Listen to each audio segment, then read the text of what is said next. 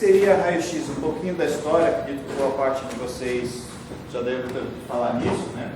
Raio-x foi descoberto há pouco mais de um século atrás, né? Pelo William Röntgen, que é uma das formas que a gente utiliza hoje, que é o nome dele, virou uma unidade de medida em termos de raio-x, né? Essencialmente trabalhando com um tubo de raio catódico. Ele, por acaso, tinha uma chapa fotográfica e meio que por acidente verificou que aquela chapa fotográfica foi sensibilizada, né? Então, como ele não conseguia ver essa radiação, a partir daí então, foi chamada radiação X, né? E veio o nome que consagrou como raio-x. Infelizmente, né? Ele fazia as demonstrações e a vítima era a esposa dele, né? E a esposa dele, por acaso, acabou tomando uma quantidade de radiação um pouquinho maior do que o que devia por conta dessa descoberta, né? Então, a mão da senhora Röntgen está aí, uma das chapas que foram sensibilizadas naquela época, devia ser uma quantidade um pouquinho absurda de raio-x, né? Então, a partir daí, então, esse raio-x passou a ter uma evolução bastante grande em termos da história, né? Principalmente em termos de diagnóstico médico. Isso gerou para Röntgen um Nobel de Física. E logo no começo do século passado, mais ou menos perto de 100 anos, começaram-se já uma quantidade bastante expressiva de uso do raio-x para estudo de materiais cristalinos, né? Então, os fundamentos da parte da cristalografia, princípio da difração física, espaço recíproco, a interação do raio-x com materiais sólidos cristalinos, tiveram um desenvolvimento muito grande há perto de 100 anos atrás. E aí, já em 1914, quase 100 anos, o ano que vem fazendo um século, né? Os fundamentos da cristalografia foram estabelecidos pelos Bragas, o pai e o filho, né? E os princípios da difração de pó, que é o que a gente utiliza rotineiramente hoje numa intensidade maior, foram descritos ali em 1916, já com trabalhos, inclusive, de estrutura de material cristalino.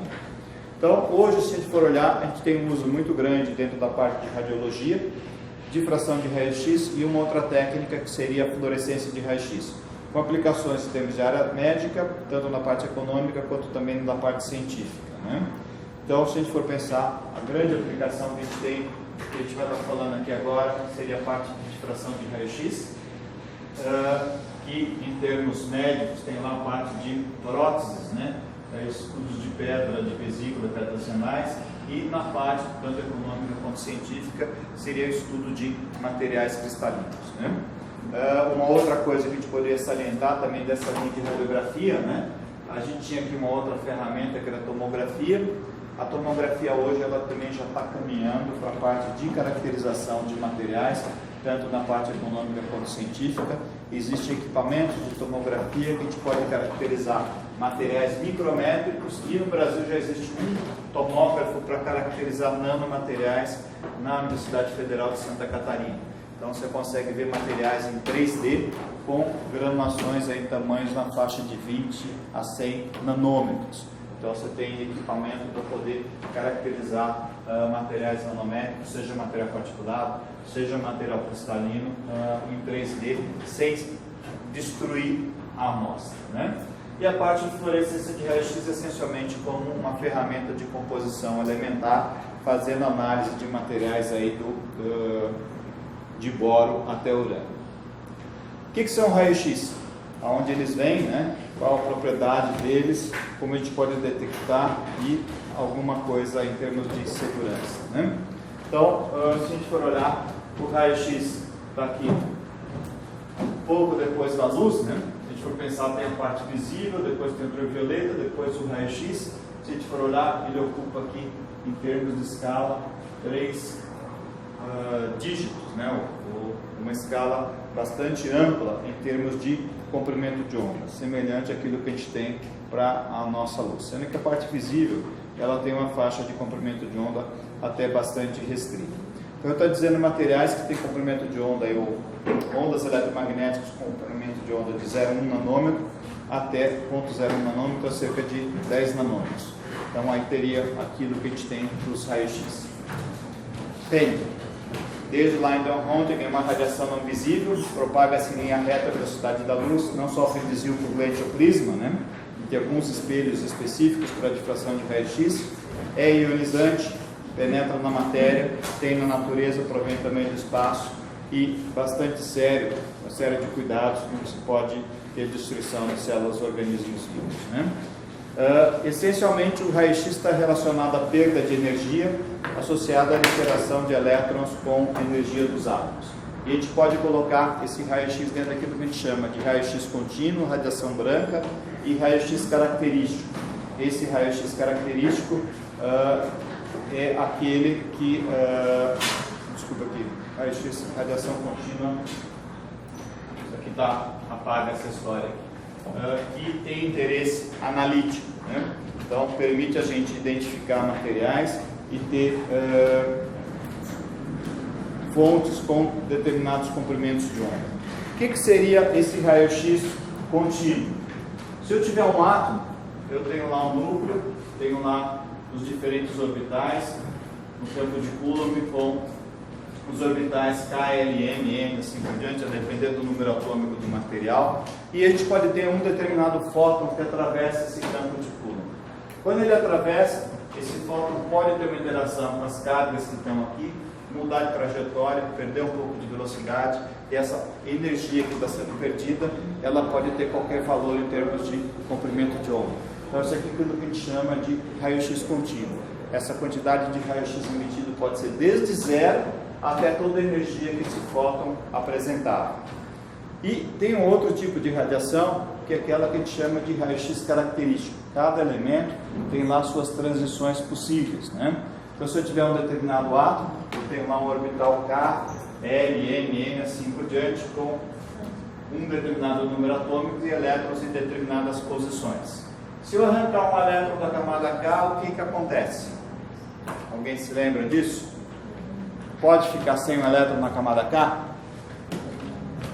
Um elétron de fora vem para ocupar esse espaço. Na hora que esse elétron vem de fora para ocupar esse espaço, tem uma certa quantidade de energia que é emitida.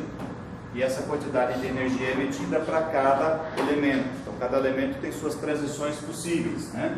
Então, por decorrência disso, tem aqui como se fosse um código de endereçamento postal. Cada número atômico tem determinadas transições possíveis e cada uma delas com uma certa energia. E isso permite com que a gente tenha a condição de identificar os elementos químicos que estão presentes. A fluorescência de raio-x é uma técnica que essencialmente vai lidar com a caracterização dessa energia, medir a intensidade e a partir daí a gente pode quantificar esses elementos. Várias outras técnicas analíticas também vão estar utilizando esse princípio. No nosso caso em particular, isso daí tem um interesse no sentido de gerar raio-x, ou ter uma fonte de raio-x. Então, se eu tenho um equipamento de raio-x, eu preciso ter simplesmente uma fonte. E o que seria essa fonte se a gente for colocar no sistema mais simples?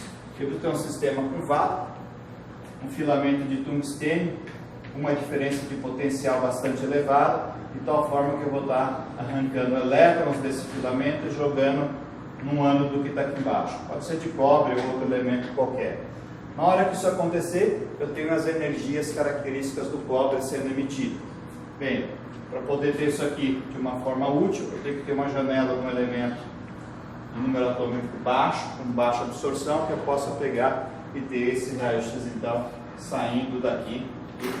Eu vou ter radiação K-alfa, vou ter radiação K-beta e N outras radiações, além do espectro contínuo, e eu posso utilizar isso aqui para fins analíticos. A gente pode utilizar isso daí para fins de radiologia, né?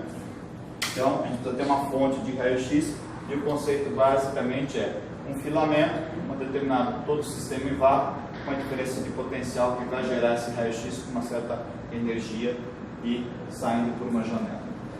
Bem, na amostra, na hora que esse raio-x incidir sobre ela, a gente pode ter tanto difração como também interação desse raio-x com a matéria, sendo uma parcela deles sendo absorvida pelo material, né? Então esse raio-x ele vai atravessar o material. Bem, se eu for lá no dentista e me der avental de chumbo ou de plástico, a mesma coisa? Não, né? Então, a depender da espessura da densidade do comprimento de onda, essa absorção pode ser maior ou menor. E essa atenuação é o resultado da absorção mais o espalhamento que a gente tem em termos de raio-x. A absorção, raio-x de baixa energia é absorvido mais facilmente que os de alta energia. Então, se a gente for pegar, não sei se alguém já viu um equipamento de difração de raio-x, um tubo de cobre, energia não muito elevada, metade daquilo que sai do tubo até chegar na amostra se perde dentro da atmosfera. Tá? E depois daquilo que está sendo difratado, metade do que se difratou se perde entre a amostra e o detetor. Tá? Os de energia mais elevada vão atravessar o material, então tem uma transparência maior aos raios-x. Então, para determinadas funções, a gente em radiologia quer raio-x de uma energia mais elevada. Dependendo da técnica ou do objetivo, eu posso ter fontes de raio-x menos energéticas, o que vão causar um menor dano potencial a organismos vivos. Né? Do modo geral, à medida que cresce o comprimento de onda, tá? Nós temos um crescimento de absorção até ter um nível próximo à camada de transição. Vamos tentar ver se a gente consegue desenhar isso aqui na lousa e tentar entender isso. Eu tenho um núcleo, aqui um elétron, camada K, L e assim por diante. Eu tenho lá, por exemplo, um certo fóton de energia, mas eu não tenho energia suficiente para arrancar um elétron da camada K.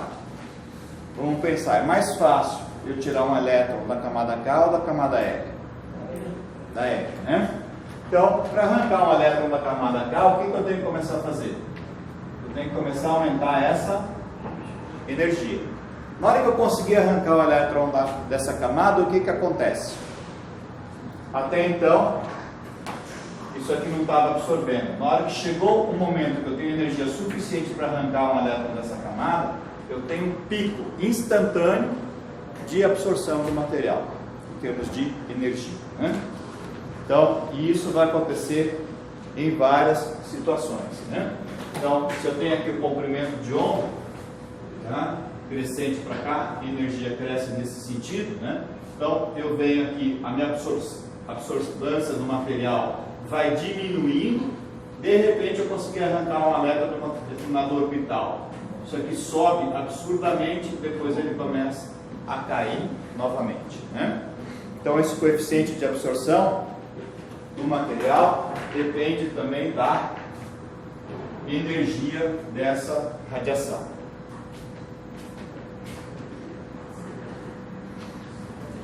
Então, quando esses raios-x vão atingir o material, nós temos dois tipos de fenômeno. Uma parcela desse raio-x pode ser absorvida e uma outra parcela pode ser objeto de espalhamento. Né? Esse espalhamento pode ser dado na forma de espalhamento elástico ou espalhamento não elástico. O que seria um espalhamento elástico? Não sei aqui quem é mais antigo, se lembra daquelas bolinhas de borracha com uma alma de aço que te jogava na parede e aquilo praticamente não parava de pular nunca, até um dia que foi proibido. Alguém chegou a brincar com um negócio desse? Não? Não? Tá? Ou seja, você batia aquilo ali e destruía a tua casa, né? Tá? Então você imagina uma bola de borracha, tá? Com aço dentro, tá? Isso daí simplesmente bate e não para de pular nunca mais. Ou seja, aquilo que a gente pode dizer que é um espalhamento elástico, tá? Vai mudando de trajetória mais do que 90 graus, mas não perde energia. Existem outros tipos de espalhamento que tem perda de energia, tá? Então você tem essas duas situações. Esse espalhamento elástico, a gente vai estar vendo, ele é extremamente importante na difração de raio-x. E a difração de raio-x ela vai permitir a gente fazer uma série de análises. A mais importante dela é identificar um material cristalino e a segunda mais importante, por exemplo, seria a parte de quantificação desse material cristalino. Então, se eu tenho um material particulado, eu posso saber se lá tem quartzo e quanto tem de quartzo. Além disso, a gente pode avaliar informações sobre parâmetros de estrutura, cristalinidade, tamanho de cristalito, ou seja, um empacotamento de átomos que estão devidamente organizados, fazer ensaios em atmosferas não controladas, ou mudando temperatura, mudando pressão parcial de gases, fora outras aplicações mais específicas na parte de engenharia de materiais, como orientação de cristal, tensão residual e filmes finos, né? Então, se a gente for pensar na matéria, a gente pode ter ela no estado sólido, líquido e gasoso, sendo que o estado sólido a gente tem lá o material que é cristalino, que tem o ordenamento da estrutura, e o material que não tem ordenamento nenhum dos átomos, que seria aquele material que a gente chama amorfo. Então, olhando o material cristalino, esse ordenamento ele vai se repetir no espaço, e a gente pode estudar esse material cristalino através da interação do raio-x com o mesmo, né? Então, uma das primeiras coisas que a gente pode estudar é avaliar informações sobre a estrutura cristalina e, dentro daqueles vários sistemas cristalinos, poder identificar como que está esse material ou a qual sistema cristalino, grupo espacial, assim por diante ele pertence, né? Então, se for pensar dentro desse material cristalino ainda, isso aqui tem uma importância grande para a gente. Eu posso definir o menor volume possível na qual esses átomos se repetem e saber qual que é a coordenada XYZ de cada um desses átomos, saber que átomo que é e qual o seu número de coordenação. Vou pegar um sal de cozinha NaCl, eu tenho condições de visualizar o que seria a estrutura com a posição XYZ de cada átomo de sódio ou cada átomo de cloro dentro dessa estrutura. Outra coisa que eu não sei se vocês se lembram, ou alguém ouviu falar disso, provavelmente só quem fez alguma coisa mais relacionada a materiais, é o nome que cada plano dentro dessa estrutura cristalina recebe.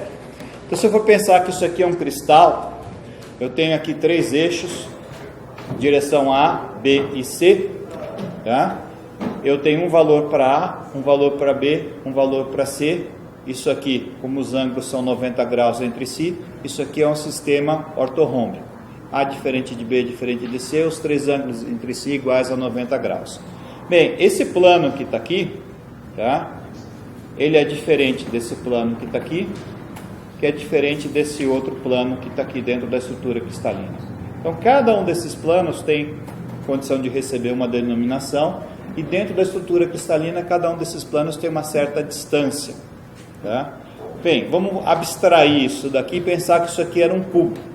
Se isso aqui for um cubo, o que acontece? A igual a B igual a C.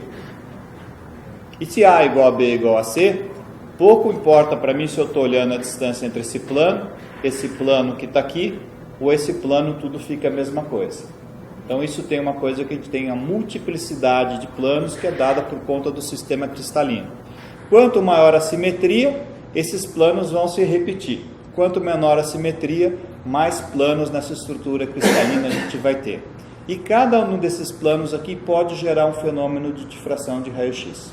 Então, em função do padrão de espalhamento na difração de raio-x, que está relacionado a esse arranjo que a gente tem dentro dessa estrutura cristalina, a gente tem condições de, primeiro, identificar o material que a gente tem. Então, cada um desses planos tem condição de ser identificado. Um plano que intercepta A em 4, B em 3 e C em 2, eu vou simplesmente pegar um quarto, um terço e meio, que seria o recíproco disso, e vou transformar isso em número inteiro. Isso vai me dar o nome desse plano como plano 3, 4, 6. Se eu pegar esse plano aqui, que intercepta C, paralelo A e B, isso aqui vai ser um plano 001. Tá? Esse aqui vai ser um plano 100, esse aqui vai ser o plano 010. Então, cada um desses planos dentro da estrutura cristalina ganha lá uma denominação. E cada um desses planos tem uma determinada distância. Essa distância vai ser importante para a gente daqui a pouquinho. Bem, eu não sei quantos de vocês viram ótica, ou se lembram de ótica lá do colegial, né? Mas todo mundo aqui já deve ter pego uma pedra e ter jogado num lago que estava bem calminho, né? O que acontece quando vocês pegam uma pedra e jogam lá no lago? Começa uma onda. joga duas pedras e o que acontece então? Essas ondas vão se chocar. Em determinadas situações, essas ondas vão, em determinadas direções, essas ondas vão estar em fase. Eu vou ter uma interferência construtiva. Se elas estiverem defasadas, nós vamos ter uma situação de destruição e não vai ter mais onda nenhuma, né?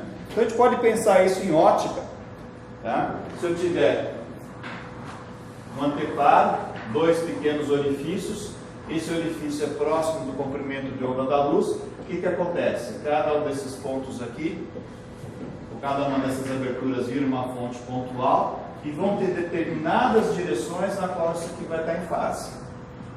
E eu vou ter uma interferência construtiva. Essa condição, para ter uma interferência construtiva, são múltiplos do próprio comprimento de onda. Tá? Eu não sei se vocês tiveram um professor de física que pegou e deduziu, né? Esse valor de x aqui está relacionado com esse ângulo e com essa distância entre esses orifícios. Provavelmente ele deve ter deduzido isso aqui para vocês uma vez na lousa. E esse x tem que ser o comprimento de onda. Então, na ótica, a gente tem isso daqui para ter uma condição de difração. Bem, o que acontece quando a gente tiver um material cristalino e está incidindo raio-x? O raio-x vai parar nessa superfície? Vai entrar, tá?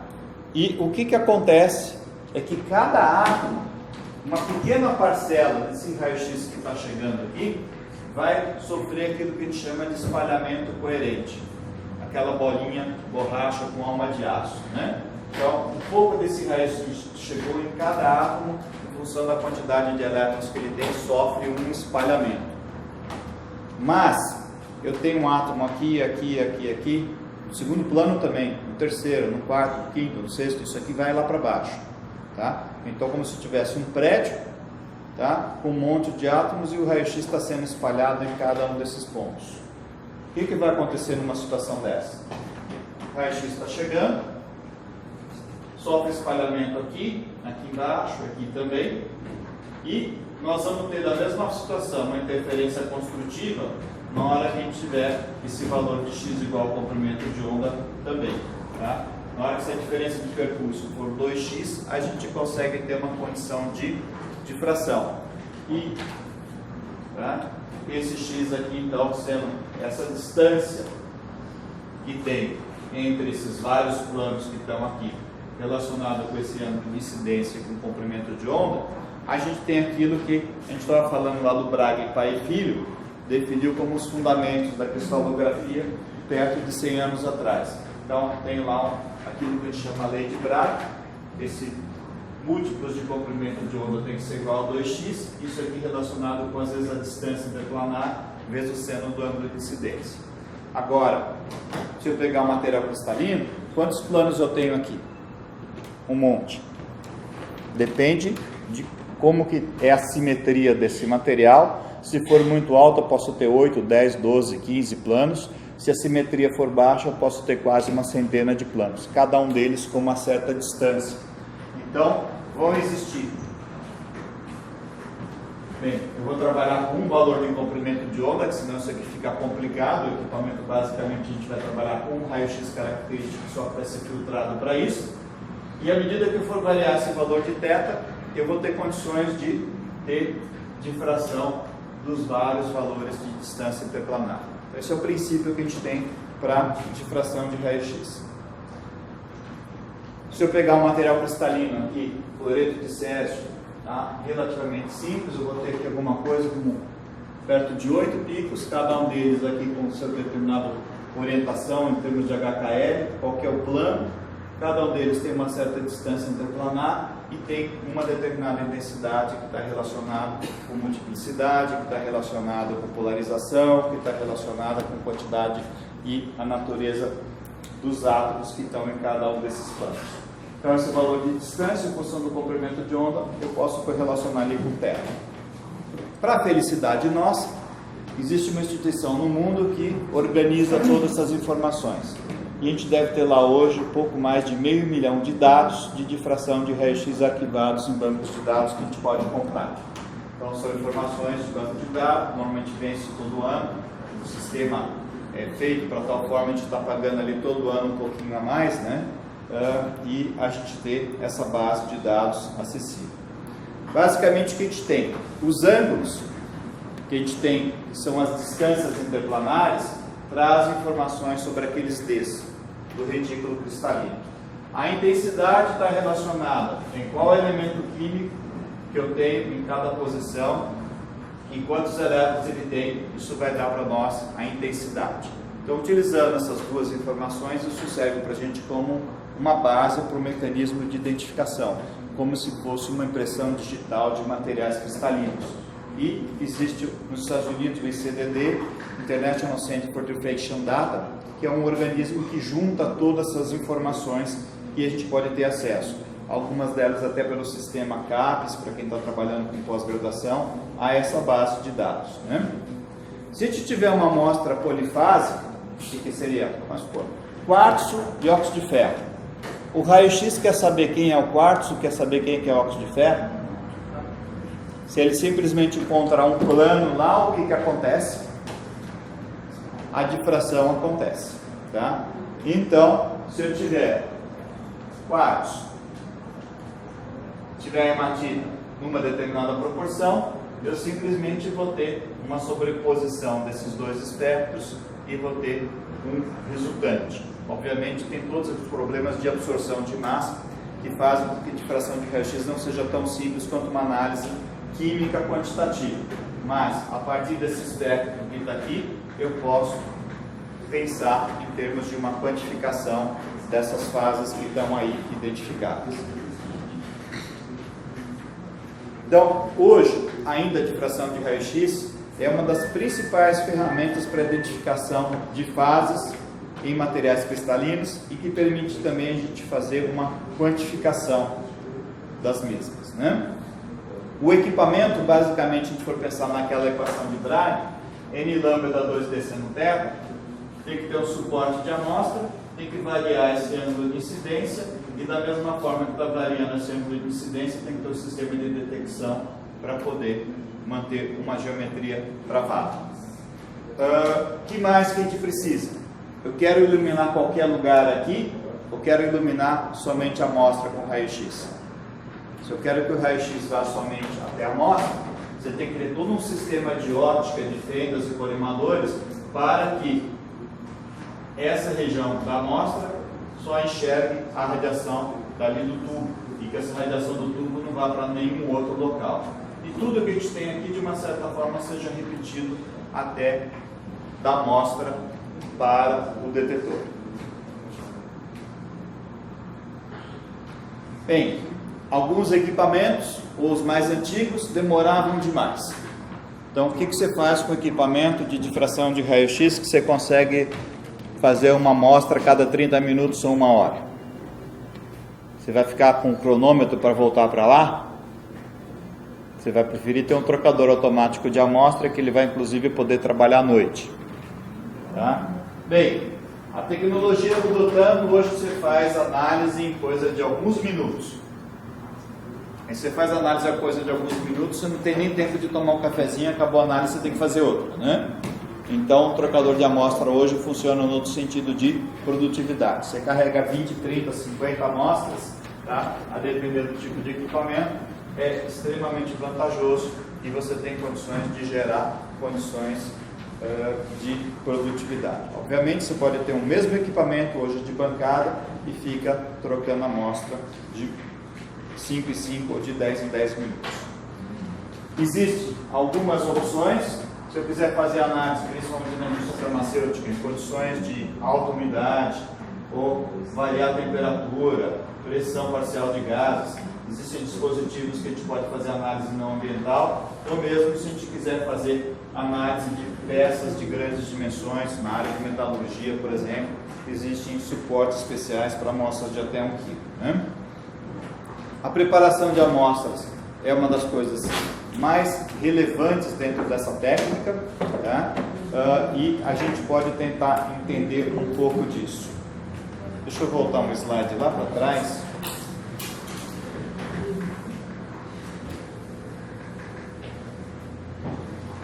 que acontece se eu preparar mal a minha amostra e ela estiver um pouco mais para cima?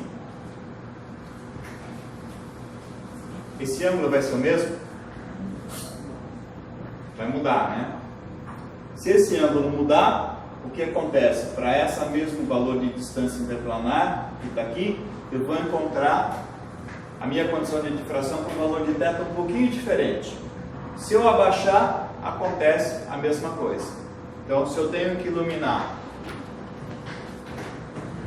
um determinado material, se eu ponho ele mais para cima ou mais para baixo, eu tenho que mudar o ângulo para que ele venha para a mesma posição. Então, se eu coloco a amostra um pouco mais para cima, um pouco mais para baixo, todo o espectro de difração, ele anda. Então, a gente tem que tomar bastante cuidado com a preparação de amostra, em primeiro lugar, com a altura do material. Outra coisa é que a difração de raio-x, ela não penetra indefinidamente, ou seja, o raio-x não penetra indefinidamente na amostra. Ele penetra muito pouco. Para uma radiação que a gente usa de baixa energia, que é de cobre, ele penetra alguma coisa perto de 10 micrômetros. Ou seja, se eu tiver material com granulação de 1 milímetro, eu vou ter uma quantidade muito pequena de cristais que vão estar gerando difração de raio-x. Então, o que a gente precisa fazer é reduzir o tamanho de partícula para alguma coisa próxima, da mesma magnitude daquela profundidade de penetração do raio-x. Então, tem que pulverizar o material. Agora, isso causa alguns problemas para a gente, tá? Se eu chegar e der um soco na cara de vocês, o que vai acontecer com a cara de vocês, se for bem dado? Vai ficar amassada. Então, na hora que eu estou quebrando o material, o que acontece se eu pegar e passar um rolo compressor em cima desse celular aqui? Tá? Vai acontecer a mesma coisa, vai virar como se fosse massa de pastel, né? Então, se eu for pensar na hora que a gente está moendo o material e fizer uma pressão muito grande, o que acontece com essa distância interplanar? Diminui. E essa aqui vai? E essa aqui? Também. Então, na hora que a gente está reduzindo o tamanho de grão, colocando o processo de moagem, a gente gera deformação na estrutura. Tá? Isso pode significar alargamento de pico. Se eu, por acaso, não tiver uma quantidade suficiente de grãos, eu não tenho uma estatística adequada e minha identificação fica muito mais difícil. Então, dependendo da condição que eu quero fazer uma análise qualitativa ou quantitativa, existem determinadas condições de tamanho de grão que a gente deve ter como meta, né? Tem diferentes tipos de forma de a gente preparar esse material. Normalmente a gente pega um pó, estou chamando aqui de difratometria de pó, posso também fazer difração de materiais cristalinos de fragmentos, propriamente dito, de monocristal e assim por diante, mas a mais difundida, aquilo que a gente vai estar trabalhando quase sempre é a difração de pó. A gente prensa o material por trás, tira o excesso e depois pega essa lâmina e coloca lá no equipamento. Vocês estão vendo aqui um suporte quadrado, na qual meu cristal, toda a minha amostra ficou presa numa determinada posição. Eu tenho um outro suporte aqui que é redondo, tá? E qual a grande vantagem dele? Vamos supor que isso aqui é um determinado cristal no suporte redondo, eu ponho esse suporte para girar. À medida que eu ponho esse suporte para girar, aumenta a probabilidade de eu ter vários planos gerando difração de raio-x. É a mesma coisa que eu tivesse moendo o material. Então a gente ganha em termos de representatividade de amostra, minimiza os problemas de preparação trabalhando com suporte giratório, né? Resultado dessa história é aquilo que a gente chama de difratograma, um gráfico que a gente tem intensidade versus valor de 2θ ou versus distância interplanar. Isso daqui, 2θ, eu sei qualquer radiação, isso aqui eu posso calcular qualquer distância utilizando a lei de Bragg. Posso fazer isso na mão, antigamente a gente fazia tudo isso na munheca, hoje a gente faz isso daqui apertando o botão e cada um desses picos é reconhecido através de um determinado algoritmo e eu tenho a distância interplanar para cada um deles. Então, isso aqui só para mostrar um pequeno trecho de 26 até 32 de uma mistura de materiais na qual a complexidade desse difratograma é bastante elevada. Isso aqui então depois pode ser comparada com uma base de dados, sabendo que cada substância cristalina tem um padrão característico eu posso comparar com a minha base de dados e procurar fazer a identificação disso. Dificuldade: quanto mais fases a gente tiver no mesmo material, mais difícil fica essa identificação. Então a gente vai comparar aquele padrão com esses dados que estão arquivados em termos de distância interplanar e em termos de intensidade, procurando identificar que material cristalino a gente tem na amostra. Bem, imagine fazer essa comparação. Tá? Eu tenho que pegar valores de distância interplanar, essas intensidades que estão aqui, pegar um banco de dados e fazer essa comparação. Muito tempo atrás, a gente fazia tudo isso na mão. Hoje, existem vários algoritmos que permitem fazer isso de uma forma bem mais simplificada. Se eu sei o que eu tenho na amostra, é simples. Eu tenho sílica, SiO2, quartzo, tridimita, cristobalita. Qual polimorfo de sílica eu tenho? É um ou mais. Então eu pego o padrão, comparo com a amostra, se não conferir eu pego o outro e assim por diante. Tá? Tem um procedimento desenvolvido em 1934, que por esse cara Hanawat, que é extremamente complicado e demorado. Praticamente hoje só quem está na faculdade, um ou outro sortudo, vai fazer isso uma vez na vida. Ou a gente vai utilizar procedimentos de computador que vai comparar cada pico, a posição e a intensidade, por métodos booleanos ou principalmente por sistemas que vão utilizar uma lógica mais abrangente que vai poder, bem, o pico está na posição correta, a nota é máxima. Distanciou um pouco, vai diminuindo a nota e depois a gente vai ter um score em termos de notas possíveis para cada composto. Identificou um composto, automaticamente recalcula a nota para outros possíveis, né? Então, com isso, nós podemos comparar para cada amostra com alguns bancos de dados. Tem um banco de dados que só traz informação sobre os padrões difratométricos e tem alguns outros bancos de dados que vão trazer informações mais detalhadas ainda. Esses bancos, ou esse banco chamado PDF4, ele traz informação sobre a estrutura cristalina, ou seja, ele diz cada átomo onde é que ele está dentro do retículo, qual a posição x, y, z e o número de coordenação de cada um desses elementos químicos. Então, o processo de comparação é essencialmente visual. Eu seleciono um determinado material, vejo se tem na minha amostra ou não. Uma vez achando que tem esse material, a gente arrasta, puxa ele para dentro do step e depois aparece uma outra lista de possíveis fases. A gente vai sucessivamente colocando todas as fases até que a gente vê que todos os picos estão devidamente cobertos. Tá? Então esse aqui, por exemplo, é um nucleão cloro, outro nucleão cloro, quartzo e assim por diante. A gente tem condição de identificar todos os compostos que estão ali presentes. Bem, uma outra coisa que a gente pode fazer com difração de raio-x. O pessoal na indústria farmacêutica faz isso, basicamente foi um software desenvolvido por necessidade da indústria farmacêutica. Eu tenho vários lotes, ou eu tenho várias amostras, eu quero comparar elas entre si. Como é que a gente faz isso?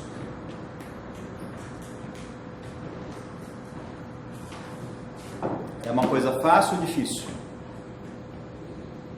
Tem ferramentas estatísticas que eu posso comparar amostras duas a duas e ver quais delas são mais semelhantes entre si. Tá? Então, eu posso comparar a posição de picos, a gente pode comparar as intensidades e identificar padrões de comportamento. Então, isso pode ser apresentado na forma de dendrograma. Quanto mais para cá, mais semelhantes são essas duas amostras, quanto mais distante, mais diferentes são essas amostras entre si. Então, essas duas amostras que estão aqui são bem semelhantes entre si e são bem distintas dessas outras que estão para cá. Então, simplesmente ele faz uma comparação de posição de pico e intensidade e através dessa matriz de correlação eu posso pegar cada um desses grupos e visualizar através daquilo que chama de análise do componente principal, uma ferramenta estatística, onde isso aqui se agrupa em termos espaciais. Se a gente for dar uma olhada nesse tipo de agrupamento, a gente consegue ver aqui o conjunto de difratogramas e fica relativamente claro para a gente, na hora que a gente olha, que esses quatro conjuntos definidos através desse padrão de comparação são bem diferentes entre si. Então, se eu tenho uma indústria farmacêutica, N produtos, eu estou querendo acompanhar, eu sei que esse produto é perigoso e quero ver se eu tenho N outras amostras, se tem um determinado padrão semelhante àquele, né? Então, por exemplo, eu não preciso nem fazer uma identificação positiva de que fase é. Eu sei, por exemplo, que minha amostra X tem cristobalita, que pode fazer muito mais mal do que o quartzo, e eu simplesmente deixo ela e comparo com lá centenas de amostras. Se tiver alguma parecida com aquela minha amostra, eu vou verificar que aquela amostra X vai ter algumas outras que são similares a ela, e com isso a gente tem condições de focar nessas amostras em particular. Quantificação por difração de raio-x, ela é uma coisa relativamente complexa, segundo o procedimento tradicional. Em termos de material particular, é esse tipo de procedimento ainda dentro de saúde ocupacional que se utiliza, né? Onde a intensidade para uma determinada linha, um determinado plano da estrutura cristalina HKL é função do equipamento. Fator de multiplicidade do plano, que está relacionado com a estrutura cristalina, da mesma forma o volume da célula unitária. Fator estrutura são quantos átomos ou quanto de espalhamento elástico a gente tem aqui. Um fenômeno essencialmente óptico de polarização, e quanto daquela fase está presente na amostra, e uma outra informação que é o coeficiente de absorção linear da amostra. Então são vários parâmetros que entram aí, sendo que um dos principais é justamente o coeficiente de absorção de massa. Se eu for pegar uma situação dessa, eu tenho aqui quartzo misturado com óxido de berilo, com cristobalita e com cloreto de potássio, dando matrizes com absorção bastante distintas. Se eu pegar, por exemplo, 0,2, aqui eu tenho 5%, esse mesmo parâmetro 0,2 aqui eu tenho 50%. Eu posso fazer uma análise quantitativa e dizer que eu tenho de quartzo entre 5% e 50%? Não dá, né? Então, eu tenho que ter algum mecanismo de ter condições de fazer uma análise e que essa análise seja independente da matriz ou da absorção dessa radiação. Então, existem alguns procedimentos convencionais, um deles que o pessoal chama de método de padrão interno, que seria nada mais do que adicionar algum outro material que não tem na amostra, e que, se eu tiver uma absorção maior ou menor, ela vai atuar tanto sobre o meu material de referência, como também naquela fase que eu estou querendo medir, na mesma proporção. Então, se eu tiver uma relação quartzo-fluorito estabelecida, agora a gente tem condição de trabalhar numa análise quantitativa, porque a relação entre aquilo que eu quero quantificar e o meu material de referência, ela vai ser linear em termos de concentração. Um outro método que a gente chama de método de adição. Eu não sei quanto tem, tá? Mas se eu adicionar mais um pouco, o que acontece com o sinal? Adiciona mais um pouco, mais um pouco. À medida que eu estou adicionando, a intensidade está aumentando. Então eu posso estabelecer um mecanismo de regressão e, a partir daí, saber quanto que eu tinha de um determinado composto na minha amostra. Não sei quanto tem de quartzo, coloco mais 5%, coloco mais 10%, coloco 20%, a intensidade do quartzo está subindo, quanto eu tinha na amostra inicial, eu posso fazer essa avaliação. Tem um outro procedimento semelhante a esse, que hoje, dentro dos bancos de dados, tem uma informação chamada RIR, Reference Intensity Ratio, que nada mais é do que, dentro daqueles bancos de dados PDF2 ou PDF4, na hora que é coletado o dado, é feita uma mistura daquela fase com 50% de alumina. Então, dentro do banco de dados, eventualmente todas as minhas fases da amostra eu posso ter como referência o que acontece se eu tiver 50% da minha fase cristalina e 50% de alumina. Se eu tenho isso para todas as fases, seria a mesma situação hipotética que se eu tivesse colocado 50% de alumina na minha amostra. E com isso, a gente acaba de identificar, se a gente tivesse informação para todas as fases, eu tenho uma informação semi-quantitativa. Eu sei quanto tem de cada fase na amostra. Então seria esse outro método, que hoje, graças a Deus, boa parte dos bancos de dados tem essa informação, e eu acabo de fazer uma análise qualitativa, eu posso ter uma informação quantitativa de razoável qualidade. A outra opção é, bem, se eu sei, na minha estrutura cristalina, qual a posição de cada átomo em cada plano, a gente tem a condição de pensar, o que aconteceria se eu tivesse a radiação com tal comprimento de onda atingindo esse material? Qual que é o difratograma calculado disso? Para a fase A, B, C, D, E da minha amostra. Bem, eu posso então calcular um difratograma calculado para o meu material, para essas fases todas, só que eu vou ter que ter um fator de ponderação para ter um difratograma igualzinho da minha amostra. Esse fator que vai ser o fator de ponderação é justamente quanto tem de cada fase dentro da amostra.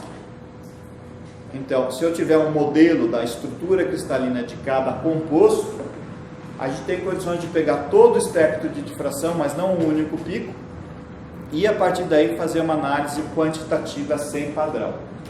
Obviamente, a gente tem que conhecer um pouco de cristalografia e fazer uma série de ajustes. É rápido, hoje com recurso de computação a gente gasta poucos minutos para isso, a precisão é muito boa, não precisa padrão, tá? Eu preciso infelizmente ter esse dado da estrutura cristalina, que hoje a gente deve ter, principalmente se for pensar em minerais, materiais particulados, boa parte das fases que a gente deve ter alguma coisa perto de 100 a 200 mil compostos com informações sobre estrutura cristalina. Se a gente tem uma fase que a gente não conhece, ela é simplesmente negligenciada nesse processo. E se a gente tem um material amorfo, eu posso adicionar um material de referência que eu sei quanto eu coloquei e também quantificar quanto tem de material amorfo sem ser cristalino lá dentro. É recomendável que, para brincar com isso, a pessoa tenha um conhecimento mais adequado de cristalografia e mineralogia. Mas basicamente o que eu preciso fazer é identificar o difratograma, saber quais são as fases que estão lá dentro, colocar todas as estruturas para dentro do sistema, definir como é que a gente vai fazer esse processamento dessa estratégia de refinamento. Bem, eu vou aceitar deslocamento ou não da amostra, eu vou ter orientação preferencial, alguns planos que possam ter uma orientação, uma intensidade maior do que outros. Eu posso pensar, bem, eu vou refinar também a posição dos picos no que se refere a parâmetro de célula unitária, A0, B0, C0 e assim por diante, para otimizar esse refinamento e minimizar o resíduo e assim por diante. Então a gente estabelece uma estratégia, depois começa a fazer esse processamento, isso vai ser feito até a gente minimizar o resíduo e no fim eu vou ter um resultado de 2, 3, 5, 7, 10, 15 compostos quantificados dentro de uma amostra. Obviamente, quanto mais compostos tiver lá dentro, mais difícil e mais complexo fica isso. Outra coisa que a gente pode pensar em difração, e aí não necessariamente em nanomateriais a gente vai fazer através desse tipo de equipamento, mas através de microscopia eletrônica a gente consegue ver isso. Bem, se eu for jogar dezenas de celulares desse aqui no chão, como é que eles vão cair? Assim? Ou vão cair assim? Vão cair preferencialmente nessa forma placoide. Então o que acontece se eu for fazer a difração disso? Se eu for ver a intensidade desse plano, vai ser a mesma desse daqui? Não. Tem uma frequência muito maior deste, né? Então eu posso utilizar essa situação de ter uma maior intensidade desse plano e definir que existe uma orientação preferencial e de repente fazer um mapa dentro da minha amostra de como é que estão essas intensidades, tá? Então, por exemplo, eu pego um determinado objeto, que nem esse daqui, por exemplo, e tem vários planos cristalinos aqui. O que eu tenho que fazer? Eu vou ter que pegar, mudar uma determinada inclinação para um determinado ângulo de incidência, vou girar, depois eu mudo a inclinação, giro novamente, mudo a inclinação, giro mais uma vez, mudo a inclinação e giro outra vez, de tal forma que eu posso construir um mapa desse hemisfério do que acontece para um determinado plano em termos de intensidade, tá? E com isso Tá? À medida que a gente está rotacionando essa amostra para diferentes ângulos de incidência, a gente tem para um plano cristalográfico como que está a orientação dele, sendo maior ou menor. Bem, o que acontece se eu for pensar num aço que está no processo de laminação? Ele vai ser esmagado, como se eu estivesse pegando ali, fazendo uma massa de macarrão, e determinados planos vão ter uma orientação preferencial. Tá? Isso daí para algumas coisas pode ser relevante e importante em termos de aplicações industriais, né? E esse plano depois vai me dar uma situação dessa. Existe uma intensidade maior de difração nessas posições e uma baixa intensidade nessa outra condição. Posso pegar o plano 311, depois o plano 001 e outro, e definir qual que é a orientação cristalográfica para todo esse material, se ele apresenta essa orientação ou uma textura. A gente já falou um pouco sobre tensão residual. Tá? Se a gente apertar isso aqui, o que acontece com essa distância? Essa aumenta e essa também. Então, se eu pegar material sem esforço e comparar com esforço compressivo uniforme, algumas distâncias vão aumentar, outras vão diminuir. Pelo deslocamento de picos, no fotograma, eu posso saber quanto megapascais tem de tensão interna aqui dentro. Esse material tem uma tensão, se for muito grande, o que vai acontecer com ele? Vai quebrar. Tá? Então a gente pode analisar isso. Se eu pegar e fizer um esforço não uniforme, tá? Não dá para fazer, isso aqui dá para fazer. Se eu pegar e fizer um esforço não uniforme, as distâncias interplanares vão começar a variar um pouco. Elas não ficam tão... Para um determinado padrão vai ter um pouco mais para lá, um pouco para cá, esse pico vai simplesmente começar a abrir, ele vai perder a sua definição. Então a gente também tem condições de avaliar nessa mesma situação, se a gente tem uma situação de esforços não uniformes sobre o material e fazer medidas daquilo que a gente chama de tensão residual para um material. Outra coisa que a gente tem é filme fino. A gente usa isso, a gente não tem a menor ideia, né? Todo mundo aqui tem um celular, o que tem lá dentro do celular? É um chip de silício. Esse chip de silício lá tem uma série de camadas, que aquilo ali vai funcionar como um transistor, tá? E essas camadas, cada uma delas tem uma certa recorrência, uma certa espessura e eventualmente tem uma certa orientação e composição. Então, eu posso pegar e fazer uma incidência praticamente bem próximo de zero e obter uma informação de difração e a partir desse padrão que eu tenho desse zigue-zague aqui, eu tenho condições de saber qual é a espessura dessa camada. Tá? A amplitude pode me dar informações sobre variação de densidade. Então, através da análise de filme fino que o pessoal utiliza dentro da parte de indústria microeletrônica, a gente tem condições de ter informações sobre wafers que são utilizados na indústria de semicondutores. Ou a gente tem outras aplicações dentro disso para baixos ângulos. A gente pode utilizar argilas que foram misturadas com polímero e a gente quer que essas argilas elas sejam quebradas para dimensões nanométricas. Com isso, a gente tem condições de aumentar a resistência e uma série de características desses polímeros, tá? Delaminando essas argilas e tendo um polímero com uma propriedade excepcional. Alguém aqui, provavelmente não deve ter o caso, mas o que vocês imaginam se a gente for pegar e fabricar uma válvula para coração?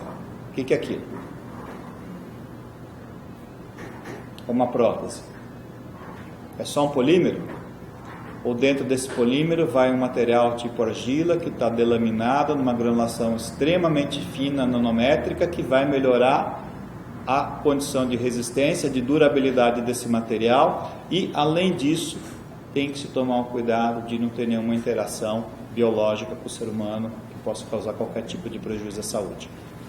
Então, um tipo de material desse, que é delaminado, incorporado em polímero para N tipo de aplicações, a gente também vai utilizar a difração de raio-x para verificar se essa argila, por exemplo, foi devidamente delaminada na produção desse compósito com polímero, né? Então, outra coisa que a gente pode fazer é, através desse ângulo de incidência, na hora que ele é muito baixo, eu só vou ver a primeira camada que está aqui em cima.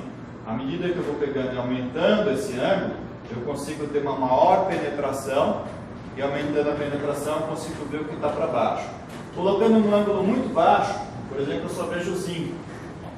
Aumentando um pouco o ângulo, ali está de 0,3. Aumentando por alguma coisa perto de 0,9, se for olhar nesse difratograma, começam a aparecer alguns outros picos, né? Nesse difratograma aqui daqui, que já aparece um composto de cobre, galho, índio e selênio. Aumentando mais o ângulo ainda para 2 graus, aparece um cádmio, selênio e molibdênio. Ou seja, nada mais do que a gente simplesmente pegar e, através desse ângulo ser muito baixo, a penetração é muito pequena. À medida que a gente coloca esse ângulo mais alto, a penetração vai aumentando, e se eu tenho vários compostos, um em cima do outro, a gente tem condições de analisar cada um desses compostos e inclusive procurar ter informações sobre a espessura disso. Tá? Análise não ambiental basicamente seria condições de utilizar a difração para estudar materiais cristalinos em condições de pressão variável, temperatura variável, e verificar o que acontece em termos dessas mudanças à medida que a gente está aumentando a temperatura, baixando a temperatura, mudando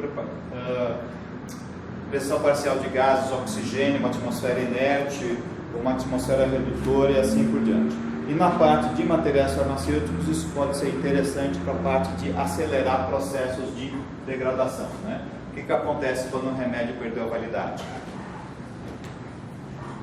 O princípio ativo deixou de ter eficiência que estava prevista, ou ele, de vez se começar a fazer bem, ele está fazendo mal para a saúde? Tá? Pode ser as duas coisas, né? Depende no que ele se transformou, se simplesmente ele perdeu a atividade. Como é que você pode analisar esse teu princípio ativo, acelerar esse processo de degradação dele? Coloca no ambiente com alta umidade, alta temperatura, e vai acelerando esse processo, e está vendo como é que a estrutura cristalina, por exemplo, de um composto vai se modificar, né? Então existem equipamentos de configurações de difração de raio-x, que é basicamente um Lego, que a gente pode montar um equipamento desse ou ter uma configuração para diferentes tipos em termos de análise, né?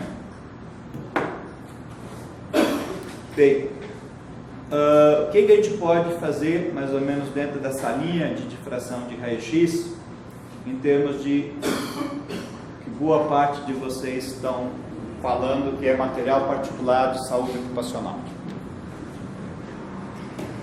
A difração de raio-x nesse contexto, ela já é usada na Fundacentro há algumas décadas para poder quantificar, primeiro identificar o que você tem em termos dessas classes de material particulado na fração respirável, e segundo, além de quantificar, de identificar o que tem, a gente pode quantificar as espécies que a gente tem ali em termos de material particulado. Como que é feito isso normalmente? Aquela mesmo dosador individual, algum tipo de dosador coletivo de pó, aquela fração respirável devidamente filtrada e levada para um suporte específico na difração de raio-x, normalmente com substrato de prata. Tá?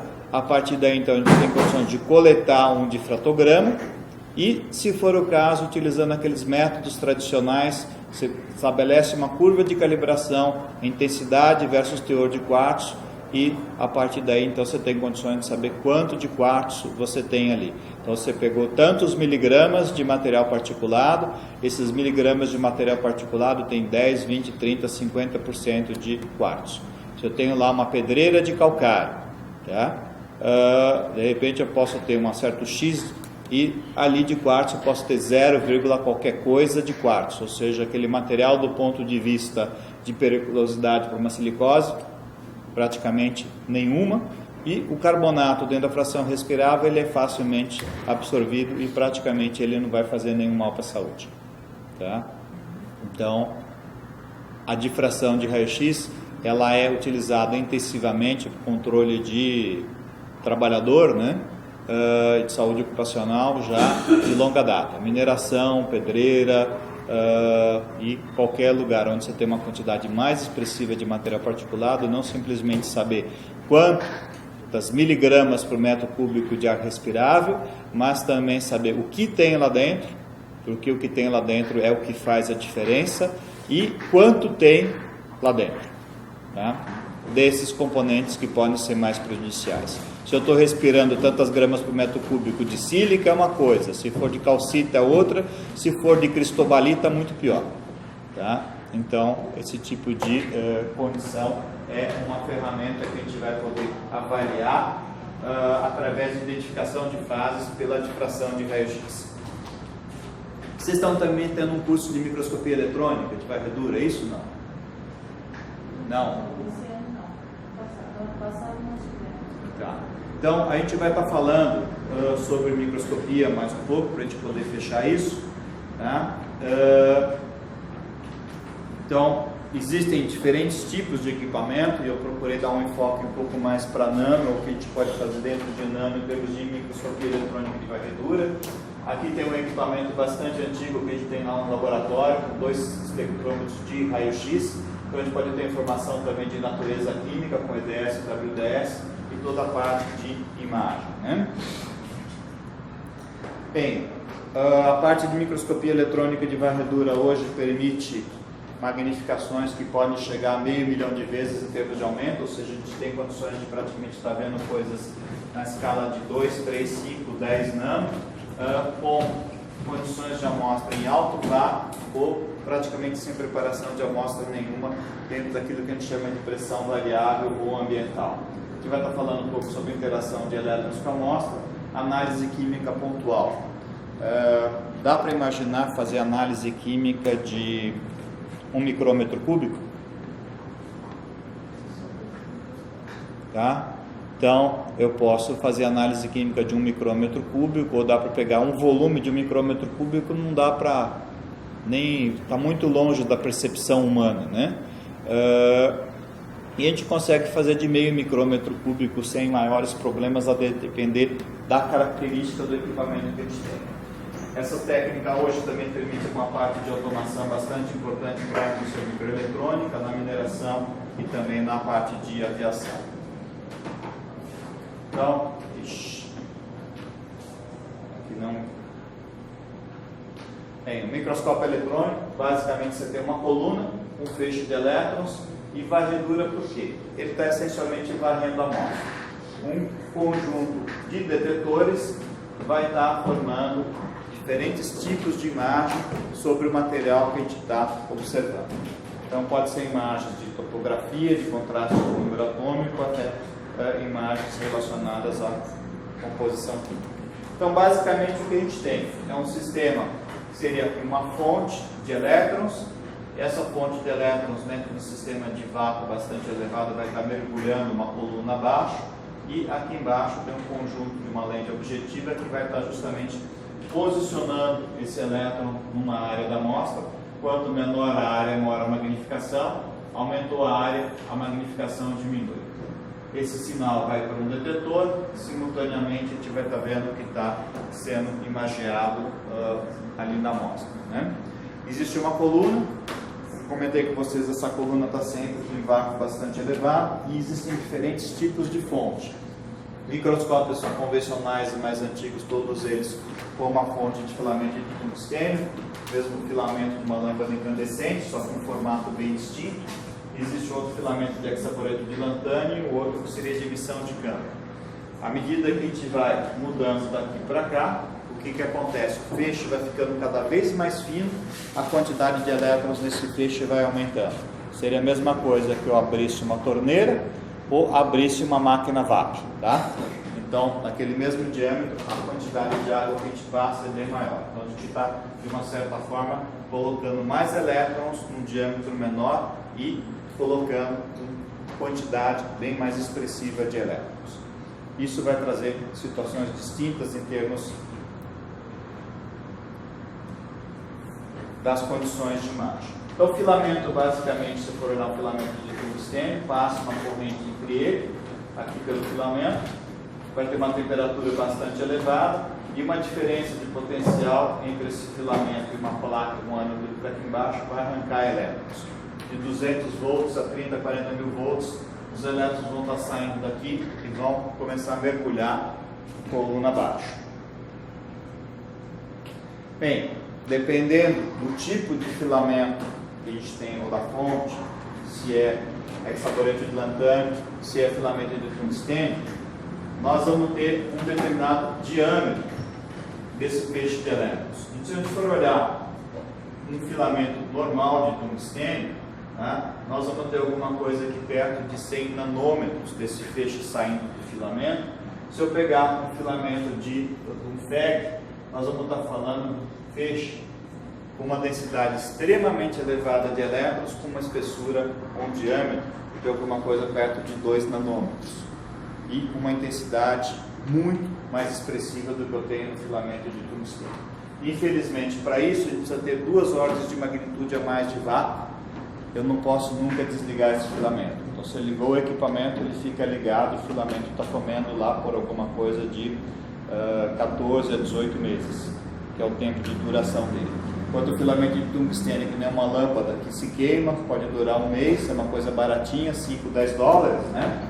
Então a gente troca isso daí no final do ano e faz uma conta muito expressiva. Esse outro, como precisa ter um vácuo muito mais elevado, o preço de um filamento desse não é mais 5, 10 dólares, 20 dólares, é alguma coisa como 10, 15 mil euros. E você precisa ter um sistema de vácuo bem mais sofisticado, que aumenta o custo de operação e manutenção do microscópio em alguma coisa perto de 30 mil euros, pelo menos por ano.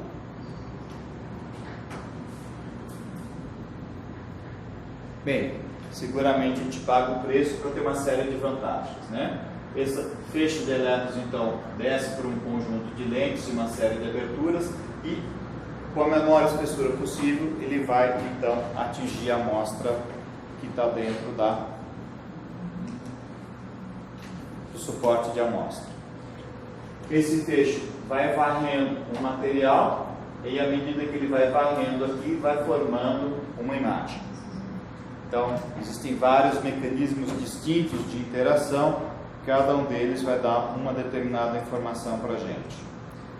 Esse feixe também pode ficar andando pela amostra, ou eu posso simplesmente, se eu quiser, parar esse feixe numa determinada posição, ou seja, eu tenho controle de posicionamento. Se eu quiser fazer uma análise quantitativa de um micrômetro, eu tenho que pegar e parar ele num determinado ponto específico para poder fazer essa análise.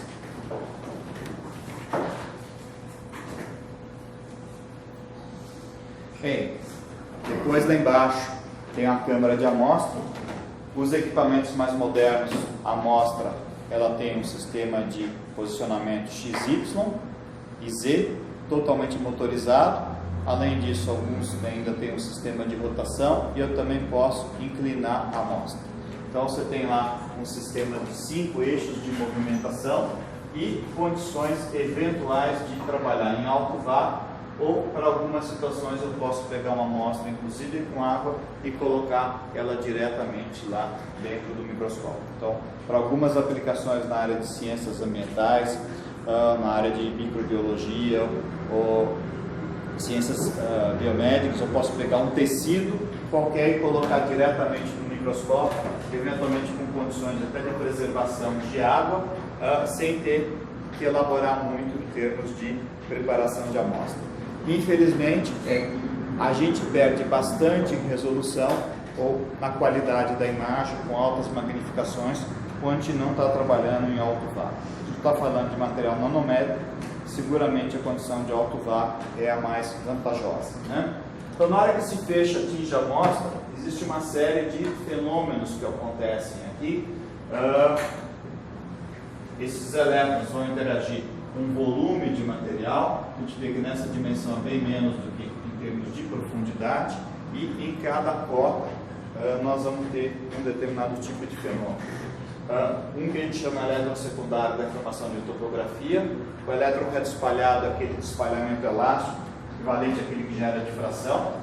Depois tem a parte de raio-x característico e raio-x contínuo, aquele mesmo que foi falado na parte de difração de raio-x, numa profundidade maior.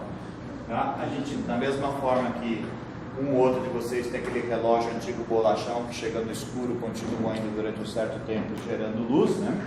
A gente também pode ter fenômenos de geração de luz que a gente chama de catodoluminescência. E a profundidade pode variar de fração de micrômetro até alguma coisa perto de 5 micrômetros.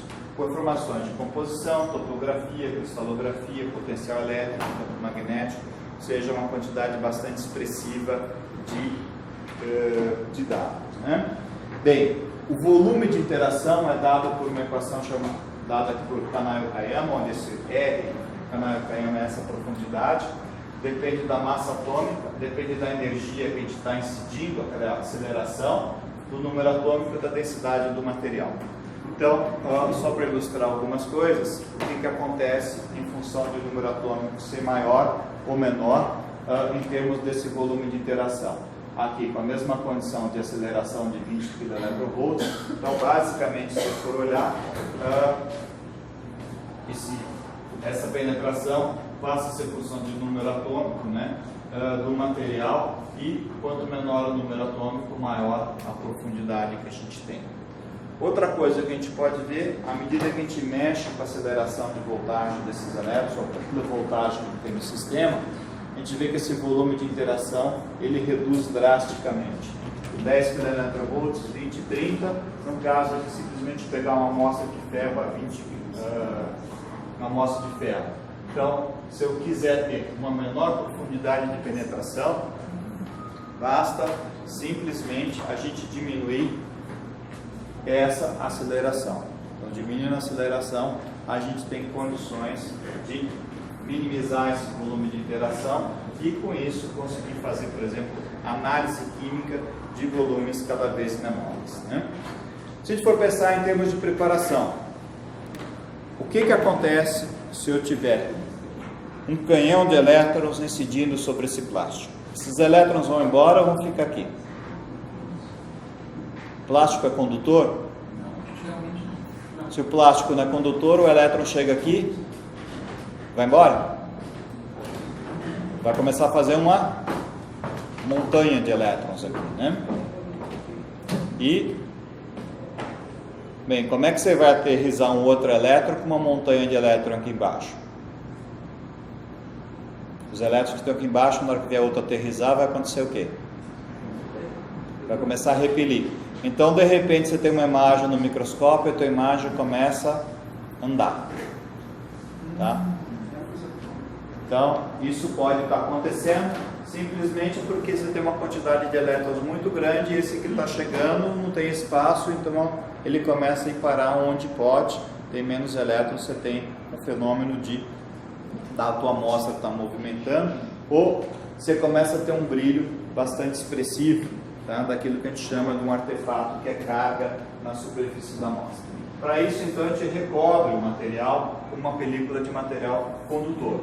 Carbono, ouro, cobre, platina, cromo, ou seja, você tem que ter um mecanismo de recobrir a tua amostra com material condutor e aterrar isso de forma que o elétron que chega vai embora, né?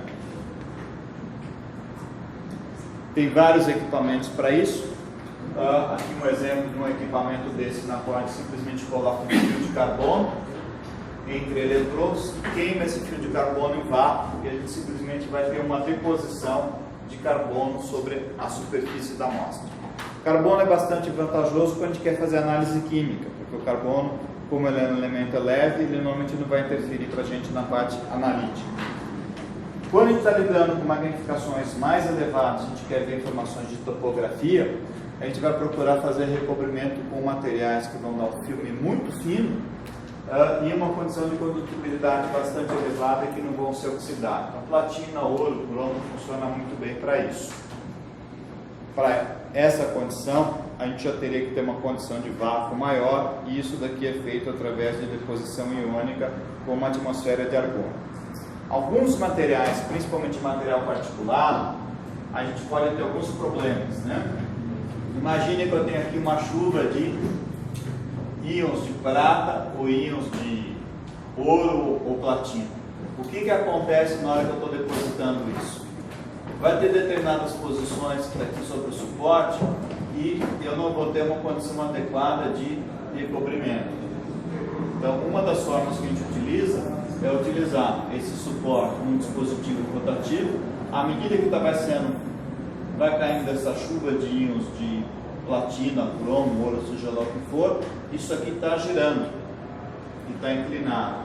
Então, com isso, a gente consegue uma condição muito mais uniforme em termos de deposição e alguma situação em termos de imagem fica aqui evidenciada para vocês. Aqui, uma quantidade de carga de superfície muito grande, uma imagem muito ruim, com a amostra inclinada e rotacionando, eu consigo ter uma imagem em termos de microscopia muito mais adequada, né? Então, uma das coisas que a gente for ver, a gente encontra uma quantidade bastante expressiva até de microscópio eletrônico, mas a qualidade da imagem depende muito da condição do equipamento e principalmente da preparação. Se a gente não tem uma condição adequada de preparação, a gente sofre muito, né? Vamos falar agora então sobre algumas imagens e alguns tipos de interação. O primeiro delas seria o elétron reto espalhado. Esse elétron reto espalhado é aquilo que a gente já viu lá da mudança de trajetória sem perda de energia. Então, basicamente, o elétron vai entrando dentro da amostra, vai mudando de trajetória mais que 90 graus, e uma pequena parcela disso vai sair pela superfície. Se o número atômico disso aqui é maior, o que acontece? Ele devolve mais. Se o número atômico é menor, vai penetrar mais fundo e vai devolver menos para a superfície. Então, esse elétron reto espalhado, ele é extremamente interessante porque ele dá informação para nós sobre o número atômico médio da amostra. Então, esse slide aqui mostra diferentes situações de 5 a 50 keV de aceleração, e a gente vê que tem praticamente o mesmo padrão. Esse coeficiente de reto espalhamento, ele aumenta com o número atômico. Então, é uma informação, um tipo de imagem que independe muito da condição de operação e que vai trazer para a gente a possibilidade de diferenciar fases. Então, se for pensar aqui em termos de número atômico, para número atômico mais baixo, uma pequena diferença de número atômico 0,1, 0,2 a gente consegue diferenciar. Já para número atômico mais elevado, essa diferenciação é um pouco mais complexa, né? Considerando alguma coisa com número atômico médio perto de 30, boa parte dos materiais que a gente encontra, a gente consegue ter uma diferenciação de 0,5 em termos de contraste de número atômico. Aqui está uma imagem, por exemplo, de ver o ouro bem claro, ferro, aqui o arseneto de ferro, aqui o arseneto de ferro com enxofre, que a gente já também tem uma distinção. Cada nível de cinza tem uma composição química diferente. Se a gente tiver um espectrômetro de raio-x, a gente teria condições de identificar qualquer composição qualitativa ou quantitativa de cada uma dessas porções.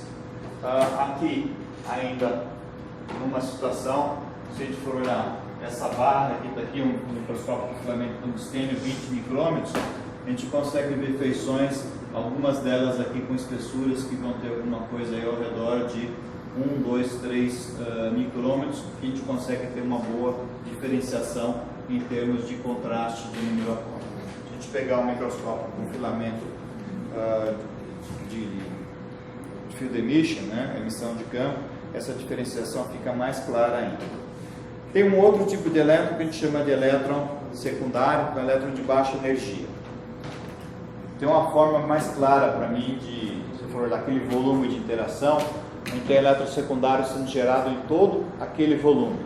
Se eu pegar cada um de vocês e jogar 1 metro de profundidade, quantos de vocês chegam na superfície?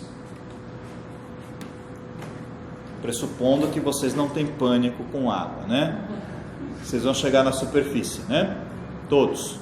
Se eu lançar vocês a 10 metros de profundidade, o que acontece? Tá? E se eu lançar a 50 metros de profundidade? Alguém chega aqui em cima?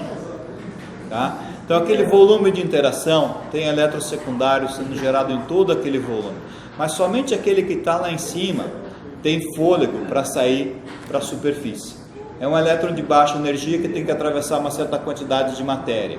Então, só o que está lá no topo sai, tá?